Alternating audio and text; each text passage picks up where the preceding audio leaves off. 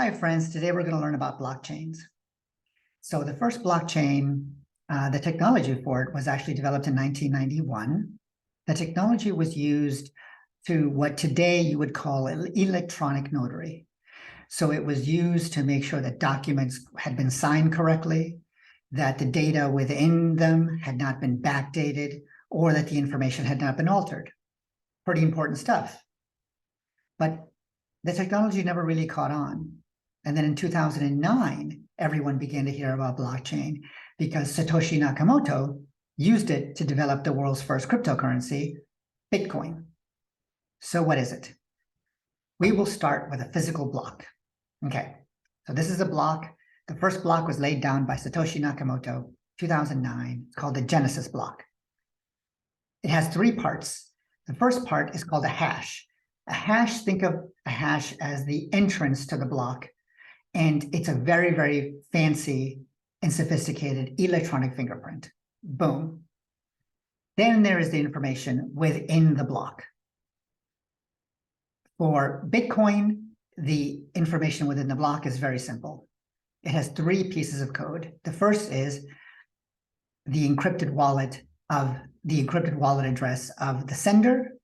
The second is the amount of Bitcoin that they want to send. And the third is the encrypted wallet address of the receiver. That is it. Then there is something called a hash on the other end, and that is another electronic fingerprint. And that is one block of data. Now, what makes it a blockchain? Well, this has got to match on to this. So in order to do that, the hash of the first has to match exactly the hash of the second. So we're going to have an A here and we're going to have an A here. These two things have to match together perfectly. We're going to turn that around. There you go. If this doesn't match this, if the hashes don't match exactly, the contents inside of this completely change. So that is the first line of defense. But let's say for now that block 2 matches block 1. Now we're going to have block 3. Block 3 has to match the hash, here. This has got to match exactly. So we're going to have these three match. Now let's say someone comes and tries to hack and change the hash of that C right there. If the blockchain senses that that has happened, if there's any change, if it doesn't perfectly match, the contents inside each of the blocks changes, the hashes change, and the blocks completely fall apart. So there is no blockchain. That is the first level of security. Now, there is also a second level of security. Second level of security it's called proof of work. Proof of work is based upon a concept that you are not going to trust one entity, one bank, one government agency to check your work and to verify that the information inside the blocks is what you want them to be. So there were a group of computers that were established in 2009. And originally, there were several thousand computers around the world. Now, there are several million computers around the world. These are called nodes. A very difficult mathematical problem gets generated by a computer, and it gets sent out to all the nodes. The nodes are also called validators. All the validators race to become the first to solve this very complex mathematical problem. The first one that does gets rewarded with newly mined Bitcoin. So the first one solves the problem and they say, everybody stop, I have solved the problem. And it's very complex. Great. So then they have to send out the proof of their work to every other validator on the system. Remember when you were in 6th, 7th grade, or whenever we're doing long division these days, and your teacher said, oh, you gave the teacher the answer to the long division problem. And they said, no. I need to see the work that you did. I need to see every single little detail, every single step, so that until you get to the final answer. That is proof of work. That is what is being asked for in this. So the person who solves the problem, the computer who solves the problem, sends out their proof of work to everybody on the network. They look at it and they say, oh my goodness, yes, 2 + 2 = 4, 4 + 4 = 8, 8 + 8 = 16. You did it absolutely right. This is amazing. And they get rewarded. But there's a third step. The third step is that the entire blockchain gets sent out to all the validators, and they have to verify not just the last block, but all the information in the previous blocks.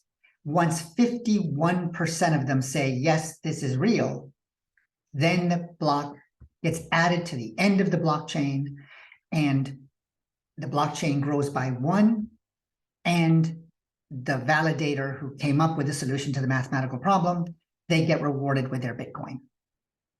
That is blockchain, plain and simple. A very, very fancy electronic fingerprint to get in. If anyone tries to hack it, the contents within changes and the whole chain collapses. Then proof of work. Everyone's got to check it. And then the entire ledger, the electronic ledger, gets verified. That's the simplest form of what a blockchain is. But why was this created at all? Why was there a need at all? Why was there a need for it at all? Satoshi Nakamoto had a very strong reaction to the financial crisis of 2008. And to this day, it is not known whether Satoshi Nakamoto is a he, a she, a group of people, but they published a white paper, and throughout the white paper, there is a basic distrust of what we're going to call centralized systems. A centralized system is a bank. It could also be a government. But the financial crisis, a lot of people in the United States had made some very bad decisions with our money, and they had almost ruined the entire US and world economy. Bitcoin was created to be decentralized. Decentralized means we are not going to put our trust in one bank to say, hey, the funds are safe or these transactions are real, but amongst a large group of people scattered throughout the world without direct personal connections to each other to verify work independently and say, yes, this is real. So it's placing trust in decentralized multi-level groups rather than in one centralized group. That is the difference between centralized currency and decentralized currency or cryptocurrency. If you're not bored yet, let me give you an example of why this is important. So Satoshi Nakamoto solved what was called the Byzantine generals problem. Byzantine generals problem is that there's a group of generals and they're trying to attack a castle.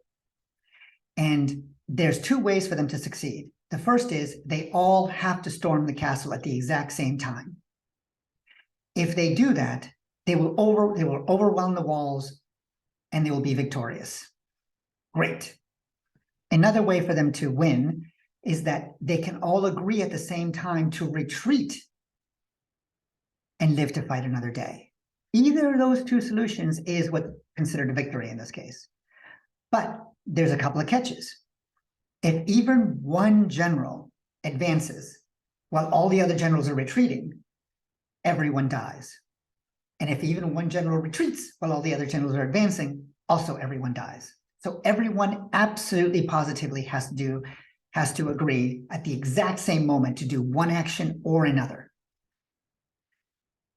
There is a complication to this once more, which is within the group of generals, let's say there's 30, 40 of them, there is 1, 2, 3, an unknown number of spies, traitors, who, if they get the order to attack, are going to change the order and say retreat and send that to the next general. So the spies are working to bring down the system and to have everybody die. So how can you advance this and how can you solve this mathematically? That's Satoshi Nakamoto blockchain was Satoshi Nakamoto's elegant solution to this, is that you don't actually have to trust anybody. If you develop enough layers of security, you can develop what is called a trustless system. Now, blockchain itself is very different from cryptocurrency. 81 of the top 500 companies in the S&P are currently using blockchain technology. They simply said, this is a great concept. I can see how it's going to work for me. Anheuser-Busch is using it, Microsoft is using it, Amazon is using it, JP Morgan is using it, across a wide variety of industries. They are simply taking the technology and the basic concepts of blockchain and tailoring it to their own businesses. Great. This does not mean that cryptocurrency is going to succeed. Cryptocurrency and blockchain have become decoupled, although cryptocurrency uses blockchain. Now, each cryptocurrency, especially the very famous ones that we're going to talk about, including Bitcoin, Ethereum, Solana, and Avalanche, they all have their own variations of the blockchain, their own different uses. Bitcoin has a very small blockchain, and it's very simple. As you saw, it contained 3 pieces of information. Ethereum is a much larger block. They contain within it something called a smart contract. It can do all kinds of different things. So that's a much more complicated blockchain. So Solana's is a much faster blockchain, and that is their claim to fame. So a quick comparison. Bitcoin's a very slow blockchain. They can do about 10 transactions per second. Ethereum is about 30 transactions per second. Solana is 100,000 transactions per second. Why is this important? Well, eventually someone's got to compete with Visa and MasterCard. They do about 4,000 transactions per second. So why isn't Bitcoin trying to get faster and faster and faster? Because Bitcoin isn't trying to compete with Visa or MasterCard. Visa is ultimately going to compete with something completely different, gold. So the only way that Bitcoin is going to increase in price in the long term is if it becomes a store of value for enough people. It's also trying to one day take the place of what we're going to call fiat currency, the US dollar, the pound, the yen, not take it over completely, by supplement it. Today, you can go to Switzerland and you can go into McDonald's and you can buy a Big Mac and pay for it with Bitcoin. It costs $7. So you don't need a very fast transaction to do that. So every blockchain has a different purpose. Blockchains can be used in a variety of industries. Cryptocurrencies use blockchains, but in different ways. Bitcoin's blockchain has a bad rap because it uses an awful lot of computing power, an awful lot of energy, and it is very slow. Ethereum switched from proof of work, very, very labor intensive and very energy intensive, and switched it to proof of stake, much more energy efficient, down by 99.99%. Ethereum is not yet very fast. Solana is very fast. Solana is not very stable. The Solana network has gone down 6 times in the past year. Ethereum's network has not gone down. Bitcoin's network has not gone down. So right now, there is no one blockchain to rule them all. Each blockchain has strengths and weaknesses. You're sacrificing security for speed. You're sacrificing complexity for simplicity. Long term, what we are doing in this company is trying to determine which cryptocurrencies have the best blockchains, are being adapted to, being used the most, and which have the best chance at mass adoption. But that is what blockchains are. We look forward to any questions. Take good care. Enjoy the rest of your day.